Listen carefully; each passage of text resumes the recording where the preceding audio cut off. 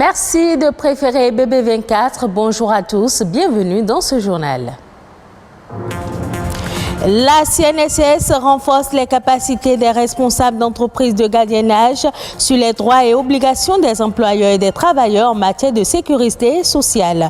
Le point de cette journée de sensibilisation dans un instant. Le monde entier accorde une attention particulière aux jeunes pousses qui participent à la croissance économique. Depuis quelques années, les startups s'établissent sur le marché innovant du numérique. L'environnement est-il propice? On en parle. Autant que la nourriture, le sommeil est indispensable à notre santé physique et intellectuelle. Bien dormir permet à l'organisme de produire de nouvelles cellules. Un spécialiste nous apportera plus de précision.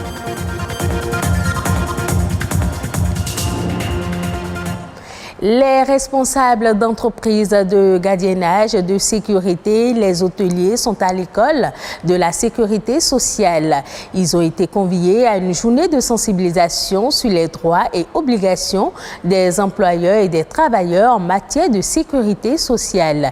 Une initiative de la CNSS dont l'objectif est de renforcer les connaissances des participants. Alexis Segbemon, Amandine Agnoboussou. Le régime de sécurité sociale au Bénin comprend les prestations familiales, les risques professionnels et les pensions, assurance vieillesse, invalidité et décès. Mais pour en bénéficier, il faut être à jour vis-à-vis de la Caisse nationale de sécurité sociale. Le financement du régime de sécurité sociale est basé sur les cotisations apportées par les employés et les travailleurs. C'est-à-dire qu'il y a un taux qui varie entre 20 à 23% en fonction du secteur d'activité qu'on applique à la masse salariale de l'entreprise pour déterminer les cotisations qui doivent être déposées à bonne date à la CNSS. Sinon, il y aura des pénalités à payer.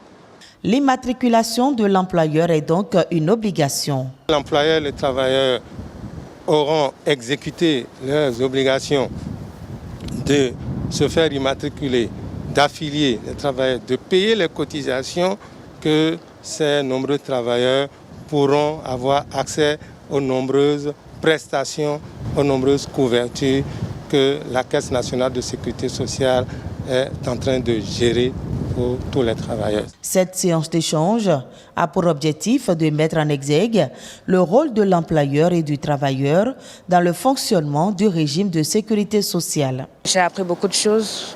Déjà, je veux dire, ce qui me vient tout de suite en tête, déclarer tout accident dans 48 heures. Je pensais que c'était 24 heures. Donc c'est déjà quelque chose que j'ai appris.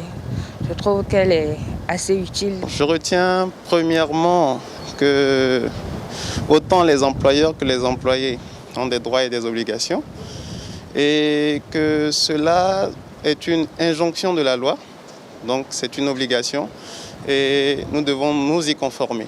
Donc c'est la première des choses que je retiens. Et la deuxième des choses, c'est qu'il y a du travail à faire. La compréhension de la législation en matière de sécurité sociale par les partenaires sociaux permettra de mieux accomplir désormais les formalités au niveau de la CNSS.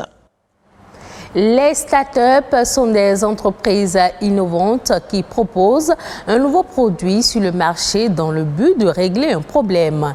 Il faut donc promouvoir l'innovation et la créativité dont font montre les jeunes pousses dans l'écosystème numérique. Comment vivent ces jeunes entreprises dans l'environnement béninois? Élément de réponse dans ce reportage de Rodrigue Babagbito. Depuis bientôt 1 an déjà, Martial a fait du Bénin le siège d'une des filiales de sa start-up, une entreprise africaine évoluant dans le e-commerce. La solution innovante de manière concrète que nous proposons, c'est utiliser le digital pour accroître la manière de faire le commerce chez nos mamans. Une idée innovante qui voit le jour à la suite d'expériences personnelles qu'il a vécues. À ce jour, sa start-up est présente dans 8 pays africains, mais son rendement pourrait être bien meilleur si le Bénin offrait un environnement identique à celui des 7 autres pays. Jusqu'aujourd'hui, en une année d'exercice, nous pouvons dire que ça a évolué, mais particulièrement dans l'environnement béninois, il faut comprendre qu'il y a beaucoup de choses à parfaire. beaucoup de choses à parfaire parce que les gens ne maîtrisent pas trop le digital. Les gens ne maîtrisent pas l'avantage qu'on peut tirer du digital. Par contre, dans d'autres pays comme le Sénégal, où nous sommes activement présents, ils ont pris rapidement à bras le corps. Le Ghana, ils ont pris rapidement à bras le corps parce qu'ils sont plus évolués digitalement que nous. Ici, une jeune pousse gravit les échelons dans le secteur de l'électronique et de l'informatique. À sa tête, Wenceslas, dont voici la récente réalisation.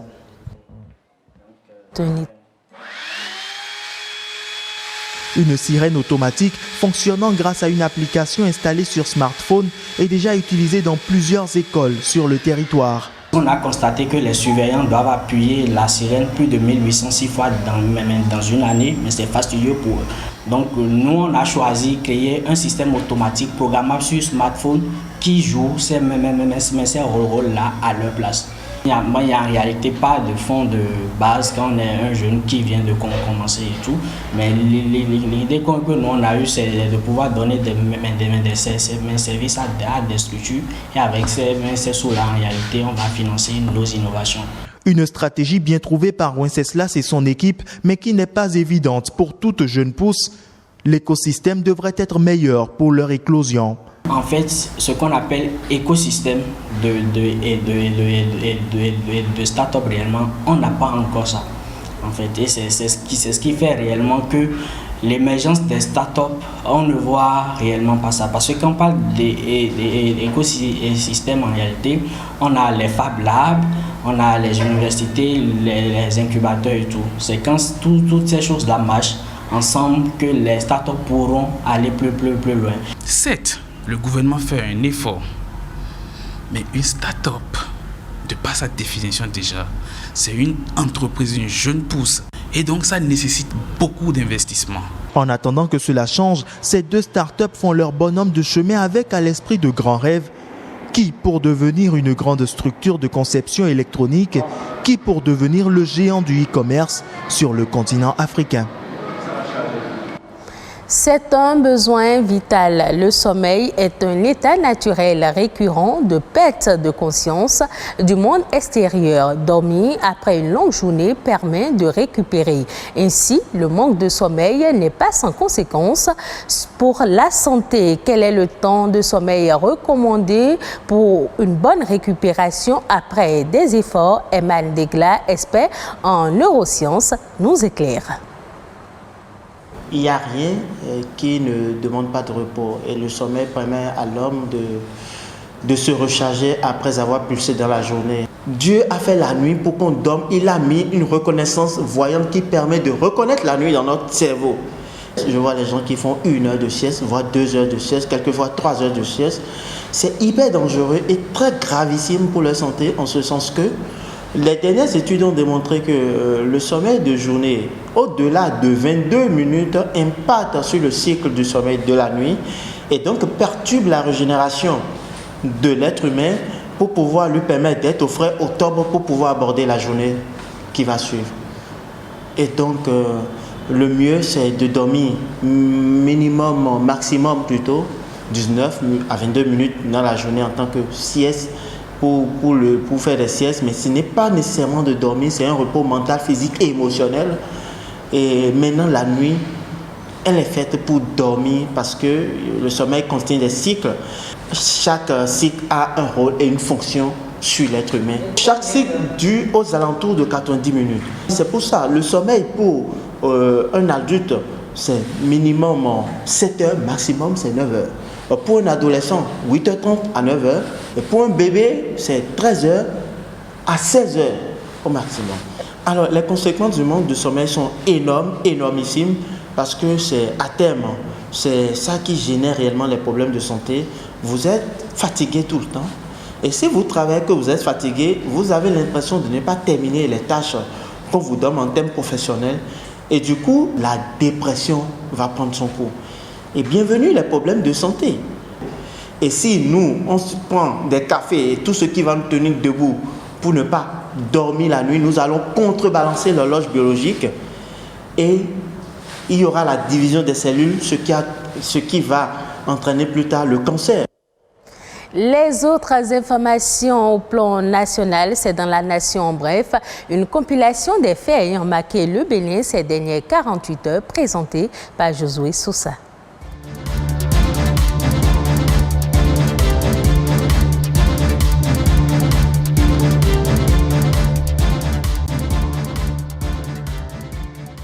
La campagne de commercialisation des noix de cajou a été officiellement lancée ce jeudi à Kétou par le ministre de l'Industrie et du Commerce, Chadiya Alimatou Assouman, et son collègue en charge de l'agriculture, Gaston Dossoui.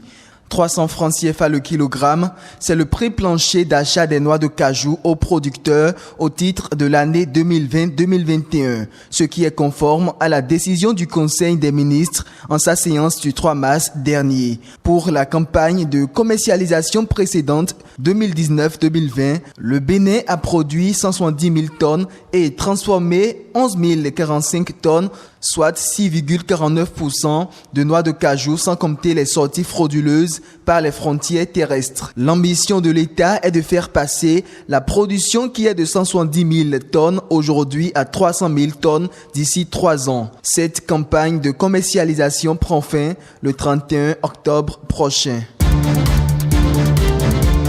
Le Bénin passe de B2 avec perspective positive à B1 avec perspective stable, selon l'agence de notation financière internationale Moody's. Cette décision met en lumière l'historique consolidation budgétaire du Bénin, l'amélioration de la structure de la dette et l'excellente gestion des finances publiques.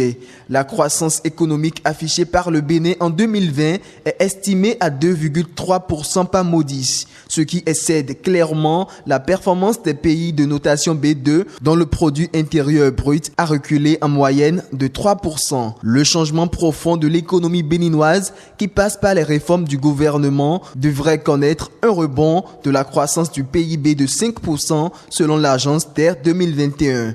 Excédant une fois encore les performances des pays de la sous-région. Ce rehaussement est la première amélioration de notation par Moody's pour un pays d'Afrique depuis le début de la crise liée à la pandémie du coronavirus.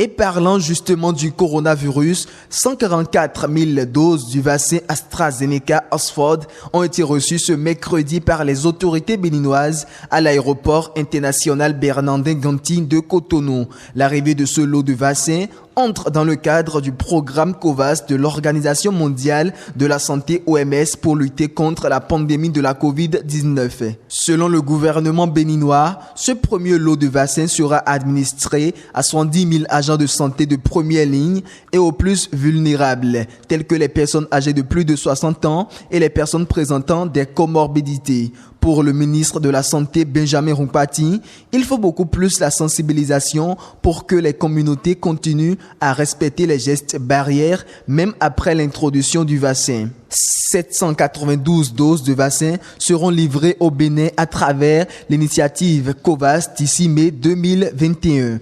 Pour rappel, le Bénin compte à la date du 8 mars 2021 6 501 cas confirmés et 81 décès, 5 552 patients guéris et 868 patients sous traitement. L'occupation des écoles publiques pour des activités festives et les cultes religieux sont désormais interdites sur toute l'étendue du territoire national. C'est à travers la note circulaire numéro 0356 du mercredi 10 mars 2021 que le ministre de l'enseignement maternel et primaire Saliman Karimou a rendu publique cette décision. Selon la dite note, il est observé des agissements incompatibles avec les missions de l'école, ce qui va totalement à l'encontre de la volonté du gouvernement de réduire les cérémonies ruineuses afin de garantir le développement harmonieux du pays.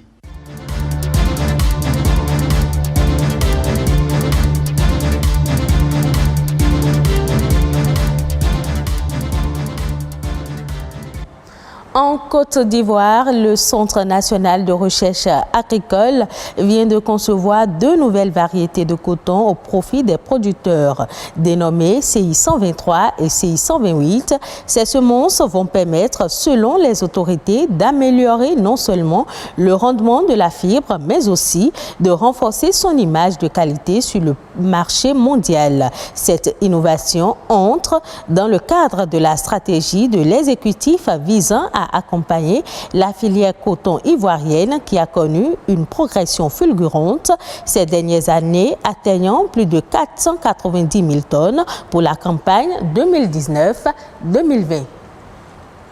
Ainsi prend fin ce journal. Merci de l'avoir suivi. Retrouvez cette édition sur le site de l'ORTB, www.ortb.bj.